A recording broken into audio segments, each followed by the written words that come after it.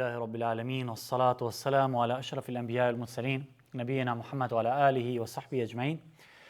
Me lejen e Allahut, sikur se edhe I kemi më thanë me radhë, janë hadithet prej Riyadus Salihin. Jemi dhe më thanë ende në një kaptin për të cilën me vërtet është kaptin madhështore. Pra më herët e kemi filluar dhe kemi folur për durimin, pra për sabrin. Sabri si sabër ose durimi, pra sikur se edhe e dim, përmendet në Kur'an në 90 ajete ndryshme kuranore, në forma ndryshme. Pra paramendo, adhurim I zemrës, I cili reflektohet edhe në adhurimet e gjymtyrve, pra përmendet 90 ajete ndryshme, në forma të ndryshme. Për shembull, prej ajeteve kuranore thot: Wallahu yuhibbus sabirin. Allahu I don durimtarët. Allahu I don sabërlit. Inna Allaha ma'as sabirin. Allahu është me durimtarët. Pra shumë ajete kuranore për të cilët inshallah ne do t'i përmendim. Pra për këtë arsye edhe Allahu xhallahu ala I ka dhënë sabrit një rëndësi të madhe. Për këtë edhe sabri është ajo cilësia me të cilën duhet që besimtari gjithmonë pra të stoliset. Pra durimi është parametri me të cilin Allahu xhallahu ala e dallon të mirin prej të keqit. E dallon besimtarin e vërtet prej atij I cili është I lëkundur. E dallon njeriu me parime besimtar prej atij personit I cili është kafrinera. Do thonë raste të cilët I ndodhin, për arsye se njeriu në jetën e përditshme shpesh lëkundet prej atyre errave të cilët frin, sprovat e ndryshme. Pra sprovat e lëkundin njeriu. Janë lëkundur edhe sahabët e pejgamberit sallallahu alaihi wasallam prej sprovave të cilat ata I kanë patë. Mirë po, besimtari gjithmonë e ka parasysh pra këtë si ibadet edhe mundohet që gjithmonë të stoliset pra me sabër. Pra durimi është parametri me të cilin Allahu xhallahu ala e dallon të mirin prej atij të fllëçtit, edhe e dallon besimtarin prej munafikut. Andaj edhe Allahu xhallahu ala thot: وما كان الله ليذر المؤمنين على ما أنتم عليه حتى يميز الخبيث من الطيب. Edhe nuk është që Allahu t'i la besimtarët ashtu si janë pa I dalluar, pra pa mos me dalluar të mirin edhe të keqin, pa mos me dalluar atij I cili është I mirë edhe I pastër për atij I cili është I keq edhe I fllëçt. Pra durimi është ai me cilën nëse njeriu paiset, Allahu xhallahu ala ato I jep një rahati me kaderin e Allahut, me caktimin e Allahut. Për këtë arsye, një prej shtyllave kryesore të besimit është besimi në kaderin e Allahut, e cila lidhet ngushtë me çka? Pra me durimin, pra me sabrin. Për këtë arsye ne do t'i përmendim disa hadithe të pejgamberit sallallahu alajhi wasallam, konkretisht dy hadithe të cilët janë prej Riyadus Salihin, pra një hadithi që transmetohet është hadithi I parë prej Sa'd ibn Malik el-Khudari, I cili thot: ishin ensarët, pra ata banorët e Medines, që lipën prej pejgamberit edhe ai u jepte. Lipshin prej pejgamberit edhe ai u jepte. Derisa u harxhua edhe u shter krejt çka ishte në duart e pejgamberit sallallahu alaihi wasallam prej pasurisë. Edhe tha: atë çka e kam prej mirësive nuk do e deponoj për ju. Pra atë mirësi çka mi ka dhënë Allahu xhallahu ala prej mirësive të kësaj dunjaje, nuk do e deponoj, nuk do e ndaj veçun për ju. Pra është për çka? Për t'u shpërndajt. Prandaj edhe ju thot sahabe: kush e ruan veten nga lypja, nga kërkimi, Allahu e bën të panevojshëm për lypje. Edhe thot: kush mjaftohet, Allahu do e bëj atë vetë mjaftueshëm. Edhe kush duron, Allahu ka me e bën prej të durimshme. Pra kush duron pak, Allahu do e forcoj atë pra me durim. Edhe thot pejgamberi sallallahu alajhi wasallam në fund të këtij hadithi, dhe nuk I është dhënë njeriu diçka më e hajrit se sa sabri, se sa durimi. Pra këtu përfundon hadithi I pejgamberit sallallahu alajhi wasallam. Normal, ky është hadithi I shkurtër. Pra është hadithi I shkurtër. Edhe nëse mendojmë rreth këtij hadithit ose dobit I nxjerrim dobit e shumta çka I ka ky hadith, për atyre dobive e para çka është pra që në fillim të hadithit e shohim se si ka qenë raporti I pejgamberit sallallahu alajhi wasallam me popullatën, me shokët e vet, me njerëzit. Për arsye se në mesin e sahabëve Ka pasur njerëz të cilët me dituri janë ngritur. Mirë po normal, ka pas për atyre të cilët s'kan qenë shumë ngritur me dituri. Për arsye se njeriu ka nevojë që gjithmonë të jetë në rrjedhoja me diturinë. Të jetë vazhdimisht me diturinë, qoftë me lexim ose me ndëgjim, pa marrë parasysh me çka. Për këtë arsye, një prej urtësive të ditës xhumë është dersi i ditës xhumë, hutbeja. Pra kur njeriu ndëgjon, sepse krejt nuk janë dhënë për shembull dhënë mbas ligjëratave. Dikush vetëm një herë në javë shkon, vetëm ditën e xhumë. Edhe fatkeqësisht shkon ditën e xhumë vetëm gjuhën arabe hutbeja. Pra është ajo dita në të cilën njeriu ka një 5 minuta, 10 minuta, 15 minuta të ndëgjojë diçka me të cilën ai sadopak do ndëgjojë diçka prej fjalëve të Allahut ose prej udhëzimeve të pejgamberit sallallahu alejhi wasallam, e cila do të më thonë, ndoshta ka me gjeneru një farë imani te ai, ka me gjeneru iman, pra për çka? Për të bërë vepra të mira. Pra kjo është ajo çka se më thonë në këtë rast njeriu me dituri edhe e forcon edhe imanin e vet. Pra në mesin e sahabëve s'kan qenë krejt sikur sa Ebu Bekri, s'kan qenë krejt të ditur sikur se ka qenë Abdullah ibn Abbasi edhe sahabë tjerë. Ka pasur për atyre të cilët nuk kanë pasur për shembull shumë dituri. Mirë pas se si kjo nuk e ulën vlerën e sahabëve si tërësi. Pra thot për ensarëve kishte çka lipnin për pejgamberit. Mirë po ishte i dërguari Allahu sallallahu alaihi wasallam mësuesi më i mirë. Pra lipnin edhe ajo jepte, lipnin edhe ajo jepte. Pastaj edhe e shohim se si ka qenë raporti pejgamberit sallallahu alaihi wasallam, nuk ka qenë raport, domethënë raport qortues ose raport arrogant ose raport i ashpër me popullatën.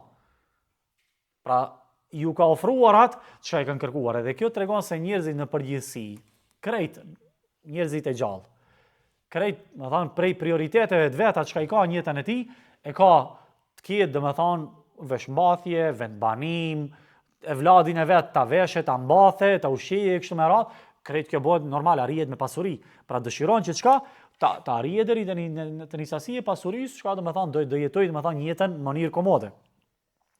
Po ashtu prej këtij hadithi ka edhe dobi të tjera. Prej atyre është se pejgamberi sallallahu alajhi wasallam ka thonë, kush e ruan veten nga lypja, Allahu ka me vënë vetë mjaftueshëm. Pra çka kanë thonë dietarët rreth kësaj pjese? Thot Kurtubiu, Allahu e mëshiroft. Kush e ruan veten nga lypja prej njerëzve, Allahu ja ruan fytyrën atij dhe ja largon sikletet e nevojave, ose e furnizon me bereqet që e bën të panevojshëm atë për me lip prej njerëzve. Pra këtë e thot Kurtubiu. Pra thot, i ruan fytyrën njeriut. Nuk e korritën Allahu xhallahu ala këtë person. Edhe çka? Edhe ja largon sikletet e nevojave. Se secili njeri ka sikletet e veta. Një pjesë e madhe e muslimanëve sot, secili ose çdo i dyti person sot të ne është me borxhe. Ka marrë borxh për të arritur një qëllim, për shembull, ndërtoi diçka ose të blej diçka kështu me radhë. Ka marrë borxh, pse? Për arsye se nuk arrihet. Për arsye se madje edhe koha në cilën ne jetojmë nuk është si koha e më përpara. Për shembull, nëse kthehemi ne prindët tonë ose stërgjyshët tonë, sikën pat kushtet e jetesës. Kushte bazike, një dhomë, di dhomë, maksimum 3 dhoma. S'ka pat telefona, ka pat vetëm rrim, ka pat ose s'ka pat, ujtin e kanë pagujt, ase kanë pagujt. Tash ka dal interneti, ka dal kablovike, ka dal shumë sende tjera, ka dal tatime ndryshme, lloj sende, normal këto, më thonë, duhet që të plotësohen në një farë mënyre. Pastaj, me çka i kanë ndërtuar shtëpijat? I kanë ndërtuar prej balte, prej atyre materiale për shtëpisë që i ka pat ato demet e mëdha, prej i kanë ndërtuar, më thonë, me baltë, me gurë dhe apo shtëpi. Tash jo. Tash do të thonë duhet të kesh atë dengën e trash për ta nis diçka, për ndërtu. Pra është shumë rënd që njeriu do të thonë të arrijë diçka pa mos me lip ose pa mos me him borxh, ndërsa në shoqërinë e pejgamberit sallallahu alajhi wasallam jeta ka qenë e thjeshtë. Ka qenë shumë e thjeshtë jeta. Ndërtimi i shtëpive ka qenë, nuk ka qenë shumë rënd. Do thonë ka patë edhe biznesen atko, mirë, po bizneset kanë qenë të kufizuar, jo si sot. Për këtë arsye, do thonë duhet me bën një farë krahasimin mes asaj se si ka qenë kohën e pejgamberit sallallahu alajhi wasallam edhe sot. Për këtë arsye edhe thot Kurtubiu, ose thot e furnizon me bereqet që e bën të panevojshëm për lipje.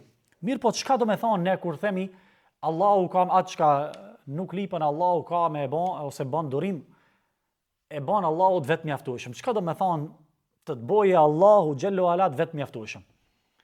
Çka kanë thonë? Sepse njeriu secili e ka atë mendën e vet, e ka atë shablonin e vet. Për arsye shumë prej njerëzve ne i gjykojmë bazë të asaj që e shohim. E gjykojmë në bazë të teshave të veta, e gjykojmë në bazë të veturës çka e vozitën e kështu me radhë. Këto janë kritere me cilat ne shumë prej neve i mati njerëzit. Ki pasanik, ki ka me të vërtet është nevojtare kështu me radhë. Me thonë pse? Dikush edhe pse nuk ka pasuri, nuk është i nevojshëm. Edhe me shku me i dhonë, thotë, jam i pa nevojshëm. Ani pse në sytë e ti duket sa është nevojtar. Sepse çka? Pasuri është me vërtet pasuria e zemrës. Ka shumë prej njerëzve të cilët ne do shta e nënvlerësojmë. Pse? Themi, ki me vërtet është nevojtar. Nevojtar, ai mund të tregoj është nevojtar. Jo dhe me thonë ti është i cili e gjikon në bazë të pamjes ose në bazë disa kritereve të dukshme. Edhe ka prej dietarëve, të cilët kanë thënë rreth kësaj pjese të hadithit, kush e ruan veten nga lypja. Pra disa prej dietarëve kanë komentuar pak më ndryshe. Kanë thënë kush e ruan veten nga lypja e haramit. Ka prej njerëzve të cilët e kërkojnë haramin, vrapojnë pas haramit. E kërkojnë në internet haramin. E kërkojnë Google Maps haramin. Ka prej atyre të cilët lodhen pas haramit. E kërkojnë haramin, edhe disa prej dietarëve kanë komentuar kështu kanë thënë, edhe kanë thënë, është kush e ruan veten prej kërkimit haramit. E sidomos e kanë përmendur kërkimin e zinas, i cili është prej gjunaheve më të shëmtuara që i shkatrojnë shoqërinë, i shkatrojnë familjen, e shkatrojnë nderin në përgjithësi pra në një shoqëri. Edhe sikur se vedim, pra syri bën zina, ndëgjimi veshi bën zina, dora bën zina, kamba bën zina. Edhe thot Kurtubiu, dhe kush e ruan veten nga ky haram, Allahu e ruan ato edhe e ruan familjen e atij. Pra e ruan ato edhe e ruan familjen e tij. Për këtë arsye, shoqëritë e besimtarëve, shoqëritë e muslimanëve rrallë janë, më thonë që mund ndodhin kësi lloje të harameve. Rrallë pra mund të depërtojë një gjuna i tillë në shoqërinë e ruajtur muslimane. Pra si rezultati i kësaj, thot Kurtubiu se Allahu xhallahu ala ka me rujt ata edhe ka me rujt edhe familjen e atij. Pse kështu? Është një ajet kuranor. Ne e lexojmë shpesh surën El-Kahf. Pra surja El-Kahf. Është një ajet kuranor ku Allahu xhallahu ala na tregon janë disa ajete kuranore të cilat tregojnë për atë ndodhinë e atij thesarit i cili ka qenë në një mur. Edhe Allahu xhallahu ala i ka plotësuar ato sebepet që ai mur i cili ka qenë i shtëpisë të dy jetimve. Pra ai muri i shtëpisë ka qenë pronësinë e dy jetimve. Edhe Allahu i ka çuar ato sebepet që ai mur mos bie kur ata janë të vegjël. Por çka? Ai muri ka ra kur ato e kanë arritur pjekurinë. Edhe në fund të kësaj ndodhie thot: "Wa kana abuhuma saliha." Edhe ishte babai i atyre të dive, ishte i devotshëm. Edhe dietarët kur kanë komentuar këtë ajet kuranor, kanë thënë për shkak të devotshmërisë së prindit, Allahu xhallahu ala çon bereqet te vladi, te fëmia i tij. Disa prej dietarëve kanë thënë Allahu t'i ruan fëmijët e tu, edhe i ruan fëmijët e fëmijëve tu për shkak të devotshmërisë babës ose për shkak të devotshmërisë së gjyshit ose stërgjyshit. Për këtë arsye mos habitemi ne, për shembull në kohën tonë, për shembull dikush thot për dikon normal si shoqëri e cila nuk ka mendim të mirë për njëri tjetrin, përgjithësi te ne. Për shembull dikush ja njeh babën, dikuj thot, "Hey, ki djali mirë, pika dur pi këtij babës." Po ti ja njeh babën mirë, po nuk ja njeh gjyshin edhe stërgjyshin e atij. Ndoshta Allahu xhallahu ala ka dërguar bereqet te ki, më thon, stërnipi për shkak të devotshmërisë së dikujt i cili ka qenë më herët. Për këtë arsye është shumë e rëndësishme vëllezër që ta kemi parasysh punën që të bëhemi devotshëm me Allahun xhallahu ala. Sepse kur do bëhemi devotshëm, përmirësohet edhe gjendja jon, edhe gjendja e evladit ton për të cilën ne kemi shumë frikë sot. Si asnjëherë më parë, sepse fëmijët sot, edhe ne si prindër, asnjëherë s'kemi qenë domethënë në cak të këtyre domethënë ideologjive devijante. Sepse ka interneti, ka në çdo shtëpinë tonë. Ja tash ka domethënë ideologji devijante, stile të jetës të cilët ju imponohen fëmijëve tonë ja kur. Ndërsa pjesa e hadithit ku thot pejgamberi sallallahu alejhi wasallam, kush mjaftohet, Allahu e bën të vetmjaftueshëm. Thot Kurtubiu, Allahu, ai që mjaftohet dhe nuk bëhet lakmitar. Pra, është ai i cili Vetë mjaftohet edhe nuk bëhet lakmitar ndaj asaj çka ai e sheh. Çka do me thonë lakmitar? Pra çdo gjë të cilën e sheh te tjetri, hej, pse ki e ka unë sekond? Si mund kita ketë? Pinga e meritoj ki këtë? Pse ki këtë vetur? Pse ki këtë telefon? Pse ki këtë sahat? Pse ki, këtë shtëpi? Pse ki, çka? Lakmitari vëllezër, si kanë thonë dietarët, lakmitari i numron begatit e njerëzive tjera, i haron të vetat. Pra shife, fokusi i atij është te begatit e tjetërkujt, s'është te begatit e veta. Allahu e ka mbuluar me begati. Sërish sytë atij janë te begatit e dikujt tjetër. I haron të i numrojë mirësitë e veta çka i ka. I numron mirësitë e tjetërkujt. Filani e ka kët, filani e ka kët. O musliman, po edhe ti e ke kët, edhe kët, edhe kët. Sepse Allahu në dunjë ka bën një farë balansi. Ty të ka dhënë diçka, mirë po të ka marrë diçka. Ati Allahu i ka dhënë, mirë po ti nuk e di se çka i ka marrë atij. Ty Allahu të ka dhënë evlat, mirë po s'ka dhënë pasuri. Dikujt i ka dhënë pasuri, si ka dhënë evlat. Dikujt i ka dhënë grua të devotshme, dikujt më thon, ende Allahu nuk i ka furnizuar. Më thon, ka një farë balansi, krejt nuk t'jepen në dunjë. Patjetër është diçka që ndonjë fatkesi ose diçka çka të cilët, të bjerë në atë realitetin e jetës cilën pra ne jetojmë. Për këtë arsye, edhe kur jemi te puna e lakmis, edhe normal edhe gjykimin ndaj asaj çka ne e shohim. Allahu xhallahu ala i ka përshkruajtur sahabët në një ajet kuranor, ka pjesa e fundit e surës Al-Baqara. Ku thot Allahu xhallahu ala: "Lil fuqara'i alladhina uhsiru fi sabilillah", dhe për fukarat, të cilët u kufizuan edhe mbetën pa dal. Me thanë pa dal ku? Pa bo hijret në Medine. La yastati'una darban fil ardh. S'kan mundësi që dalin të ecin nëpër tokë çka? Me thanë të kërkojnë pasuri. Se nuk është si sot. Sot ka enti për punësim, ka punësime ku dalish ka punë, paguhet, s'paguhet e çështje tjetër. Mirë po ka punë, ka punë. Mirë po në përgjithësi s'paguhet sa duhet. Në atë kohë gjeografia e gadishit arabik ka qenë e tillë. Nuk është sikur se sot, ndërtesat më të mira dhe më luksoze, edhe jeta më luksoze ku sot është nga dishin arabik. Ndërsa atëherë, njerëzit në përgjithësi atëherë kanë bën hijret për në Sham. Pse? Kanë bën hijret për në Irak. Pse?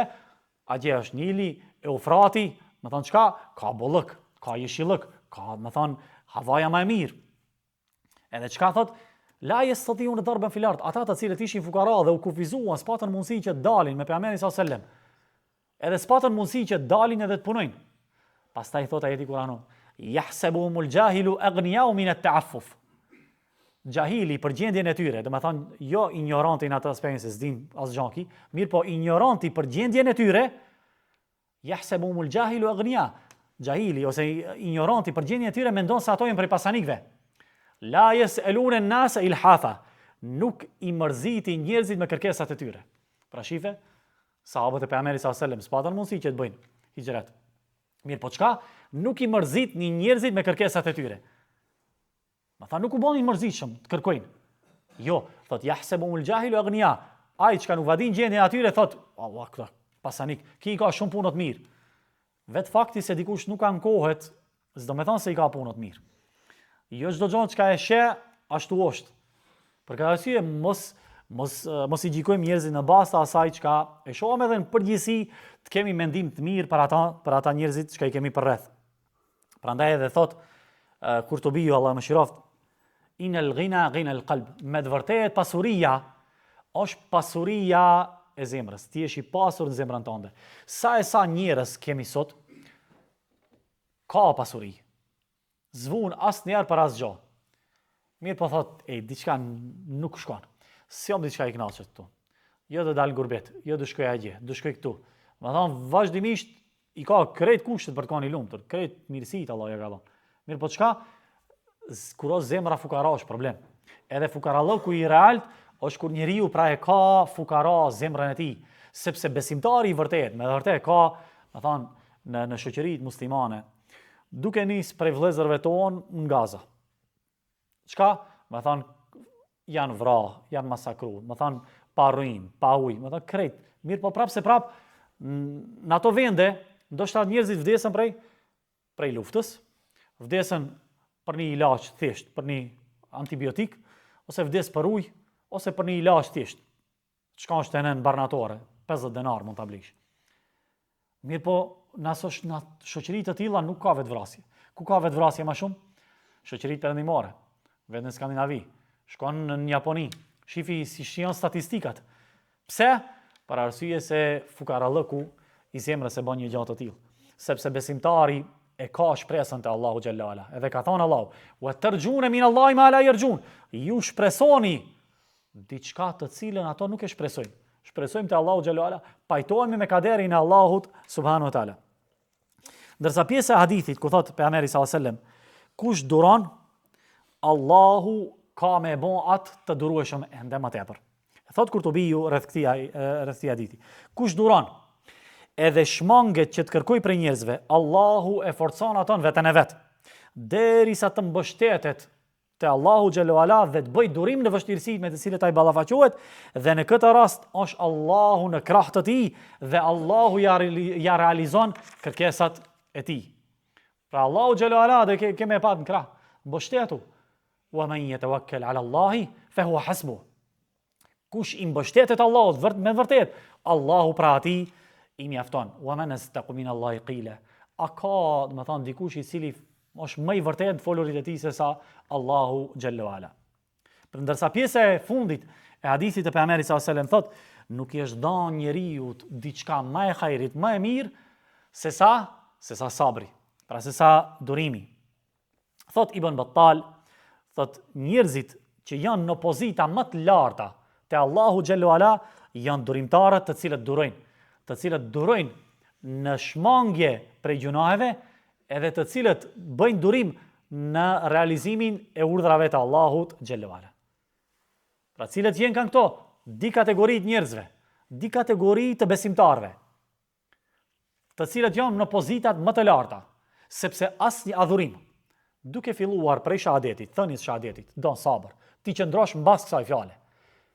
Çdo ibadet, namazi, don sabër, agjerimi, don sabër, haxhi, don sabër, kërrejt ibadetet pa tjetër çka të jenë të bazuara ose ta kenë, si më thon, mbështetjen te Allahu xhallahu ala, pra me sabër. Pra këta, pra durojnë që t'i shmangen haramit, sepse harami ose shumë prej harameve janë joshse. Çka do të thonë? Janë tërheqëse, e tërheqin njeriu. Amoraliteti e tërheq të riun. Edhe plakin është joshës, do të thonë e tërheq. Kurvëria, njëjtë. Lakuritësia, njëjtë. Çka? E tërheq. Ju duket njerëzve çka? Ju duket e bukur.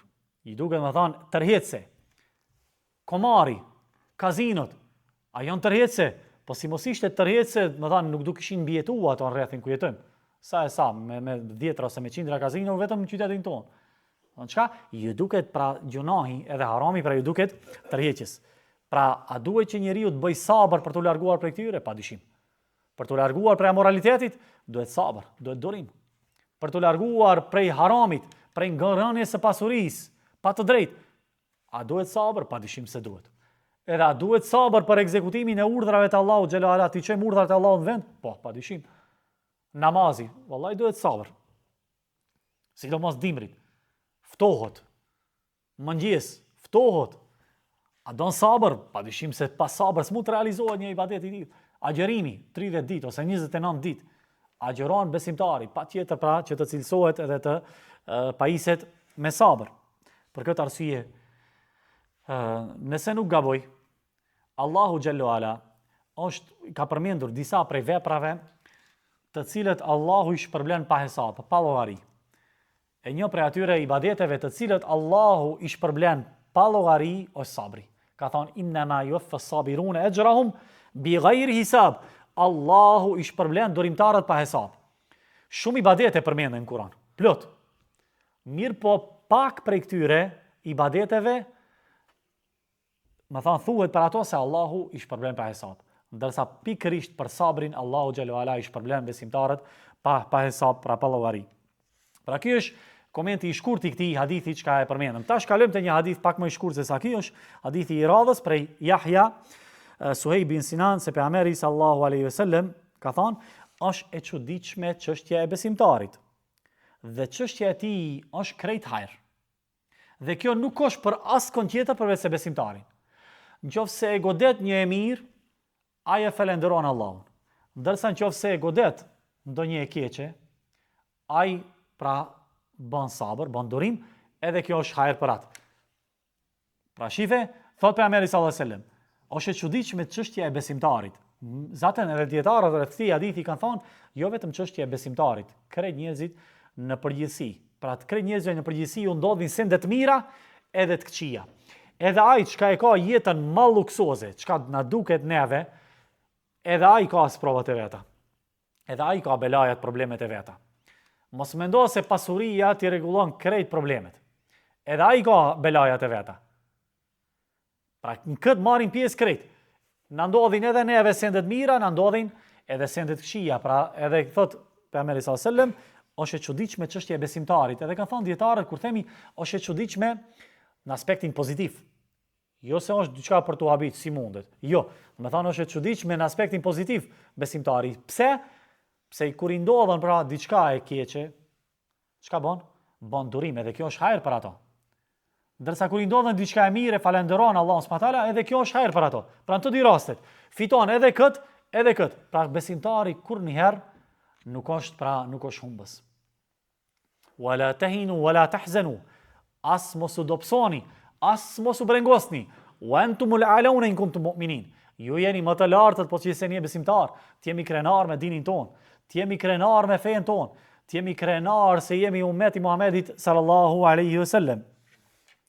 Pra duhet që ta kemi parasysh se në këtë dynja, pra e para prej dobi prej këtij hadithit është se njerëzit në këtë botë gjithë pra sprovohen, edhe besimtar, edhe jo besimtar. Po ashtu prej këtij hadithit mësojmë se disa gjëra të cilët i ka njerëzit në dynja, sikur se për shembull kemi rastin kur njeriu përjeton diçka të mirë edhe përjeton diçka të keqe. Pra besimtari gjithmonë çështja e tij është hajër, sepse në të dy rastet fiton. Edhe kur bën sabër, edhe kur falenderon. Madje edhe kur falenderon Allahun xhallahu ala, i shtohet edhe besimi. Pra këtij personit i shtohet edhe imani. Sepse Allahu xhallahu ala është ai çka jep, edhe Allahu xhallahu ala është ai çka ndal. Allahu është ai që lëshon shi, ai është i cili ka mundësi që ta ndal. Pra, wa huwa ala kulli shay'in qadir. Dhe Allahu ka mundësi pra për çdo gjë. Pra sprovat, ta kemi parasysh prej këtij hadithi, po ashtu mësojmë se sprovat janë pra caktimi i Allahut xhallahu ala. Për këtë arsye kur jemi ne tek shtyllat e imanit, një prej shtyllave kryesore të imanit, ta besojmë kaderin e Allahut. Se disa gjëra pra ndodhin nuk janë në dorën tonë. Pra kemi mundësi që ne në jetën tonë shumë sende zgjedhim. Ta bëj një vepër ose mos e bëj. Të shkoj sot në xhami ose mos shkoj. Ke mundësi që të bëj zgjidhje. Nuk të detyron askush. Të ha buk ose mos ha, ose të ha tash ose ma vonë, kjo zgjedhje të cilën ti e bën. Mirë po ka disa sende të cilët ndodhin në jetën tonë të përditshme, të cilët s'janë kompetencat tona. Nuk janë fuqinë tonë, madje nuk kemi mundësi as që t'i parandalojmë. Nëse don Allahu të dërgoj shi ose vërshim, a ka mundësi që dikush ta ndal? Jo, s'mund ta ndal askush. Hecë ndale, vendoja një ombrell qiellit. Sa ne ndalesh? Vërshimën, ose erën, ose sendet të cilët kanë të bëjnë me ne individualisht. Nëse ndodhe një fatkeqësi ose një aksident me automobil, ti a ke dalë bësh aksident? Jo, s'ke dalë për shku dikundi, mirë po të ka ndodhur. A ke dëshirë që të smuhesh, a do smuhesh nesër, a do jesh i shëndosh? A varet kjo prej teje dhe prej me? I marrëm sebepet për qenë i shëndosh, mirë po a do smurem nesër? Apo jo, vallahi nuk e din asnjëri prej neve. Asnjëri prej neve nuk e din se çka do ndodhe me atë nesër. A do jemi gjallë nesër apo s'jemi? Pra janë disa sende të cilat ndodhin në jetën tonë, mirë po janë prej kaderit të Allahut xhallahu ala, ku Allahu neve na bën me dije se ne kemi mundësi shumë sende të bëjmë. Mirë po ka disa gjëra pra në të cilat ne jemi të kufizuar. Pra për këtë arsye, mirësitë e Allahut xhallahu ala, sigurisht është për shembull mirësia më e madhe. Nëse i thush një njeriu përmendëm i mirësit, do thotë mas pari pasuria. Parja, vetura, vendbanimi, toka, evladi, ndërsa mirësia, mbi të gjitha mirësit është ti je musliman. Edhe ndoshta kjo mirësia më e madhe, ndërsa ndoshta është mirësia për të cilën mas pak ti falenderojmë Allahun xhallahu ala. Disa prej dietarëve kur kanë fol për falenderimin ndaj mirësive të Allahut, për të cilën Allahu ka thonë, wa in ta'uddu ni'matallahi la tuhsuha. Edhe nëse mundoni të numëroni mirësitë e Allahut, s'keni mundësi që t'i numëroni asnjëherë. Kanë thonë disa prej dietarëve, mirësia më e vogël për të cilën njeriu falenderon është frymëmarrja. Pra frymëmarrja. Ne kur ham, kur pim diçka themi elhamdulillah, falenderojmë Allahun. Mirë po, para mendo frymëmarrja. Është një mirësi për të cilën duhet ta falenderojmë Allahun xhelalu ala. Ndërsa mirësia më e madhe të cilën e neglizhojmë nga pak, edhe e harrojmë. Ajo është mirësia se Allahu xhelalu ala neve na ka udhëzuar, edhe na ka bëu ummeti Muhamedit sallallahu alaihi wasallam. Edhe është ligji i Allahut pra në natyrë. Edhe ka thënë Allahu xhelalu ala, "Wa la in shakartum la azidannakum." Nëse ju falenderoni, unë juve ju ashtoj. Ndërsa prej këtij ajetit kuptohet diçka e cila quhet në gjuhën arabe mafhum al-mukhalafa, do të thonë ajo që e bën të kuptueshme, do të thonë me automatizëm. Është se nëse nuk falenderon, Allahu ta ndalon. Allahu do të thonë ka me ta ndalu një mirësi të cilën ta ka dhënë. Pse? Nëse falenderojsh, Allahu ta shton. Nëse bëhesh neglizhent, në përkombës, jo falenderues, Allahu t'i ndalën mirësitë. Sa njerëz Allahu xhelalu ala i ka privuar prej mirësive që ka dhënë. Pse? Për shkak të mos falenderimit të tyre. Ja përmendi ti për shembull dikush ankohet, edhe ti për shembull si musliman e këshillon. Jo se Allahu ta ka dhënë këtë vlat, ta ka dhënë këtë, ta ka dhënë këtë. Thotë ta situacion kur gjë këtë nuk e kam edhe këtë. Do të thonë pret që prej dunjë ai të jetojë si në xhennet. Zotnia thotë që në dunjë ti kem krejt kënaqësitë e banorëve të xhennetit. Madje me pat mundësi që të shkojë ta blejë edhe atë bëhet i përjetshëm. Edhe përjetësinë e don. Asnjëherë domethënë nuk frihet. Asnjëherë nuk është falenderues për mirësitë që Allahu xhelalu ala ja ka dhënë. Për këtë arsye, ajeti është i përgjithshëm. Madje edhe një njeri të cilën ne e shohim, thonë me vërtet ky njeri është shumë i sprovuar. Në sytë e tonë shumë i sprovuar. Allahu edhe atij i ka dhënë mirësi të shumta. Ky ajet vlen edhe për atë i cili është i sprovuar. Wa in ta'uddu ni'matallahi la tuhsuha. Edhe për atë vlen. Nëse ai numëron mirësi që Allahu i ka dhënë, s'ka mundësi që ti numëroje.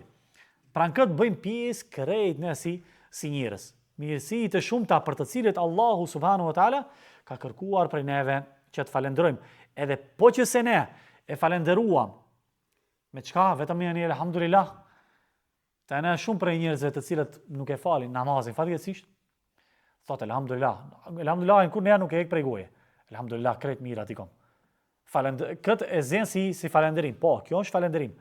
Mirë po falenderim i realt o falenderimi me vepra. Në këtë aludon ajeti kuranor ku thotë Allahu xhelalu ala, "I'malu ala Dawud shukra." O ju familje e Davudit, veproni falenderim. Pra veproni falenderim. Është përmendur vepra, nuk është përmendur vetëm si fjalë, thoni falenderim. Është përmendur vepra.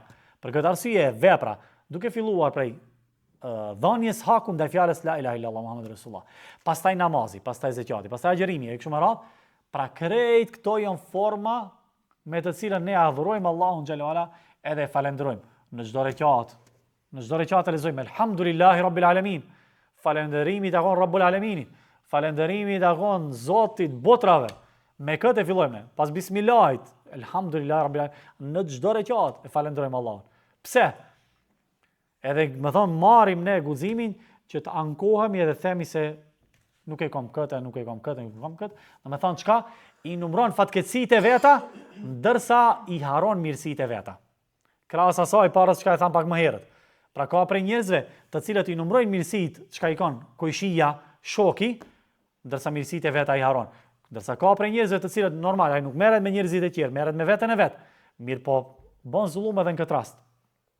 I numëron fatkeqësitë e veta, mirë po mirësitë e Allahut nuk i numëron. Pra lusë Allah subhanahu wa taala që ta përmirësoj gjendjen tonë, që të na bëjë durimtar, që të na bëjë për atyre të cilët i ndëgjojnë këtë fjalë dhe i pasojnë në mënyrën më të mirë. Wa subhanaka Allahumma hamdika shalla la anta astaghfiruka wa atubu ilayk.